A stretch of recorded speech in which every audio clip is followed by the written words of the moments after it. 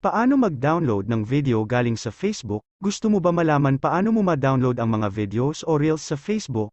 Ganito lang gawin mo. Una, pumunta ka sa Facebook, at hanapin mo ang video na gusto mo i-download. Pagkatapos click mo itong 3 dots.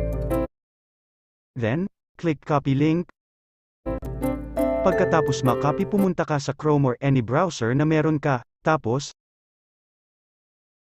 e-enter mo ang fdown.net. Click mo ito, then, long press mo para ma-paste mo ang link, then, click download.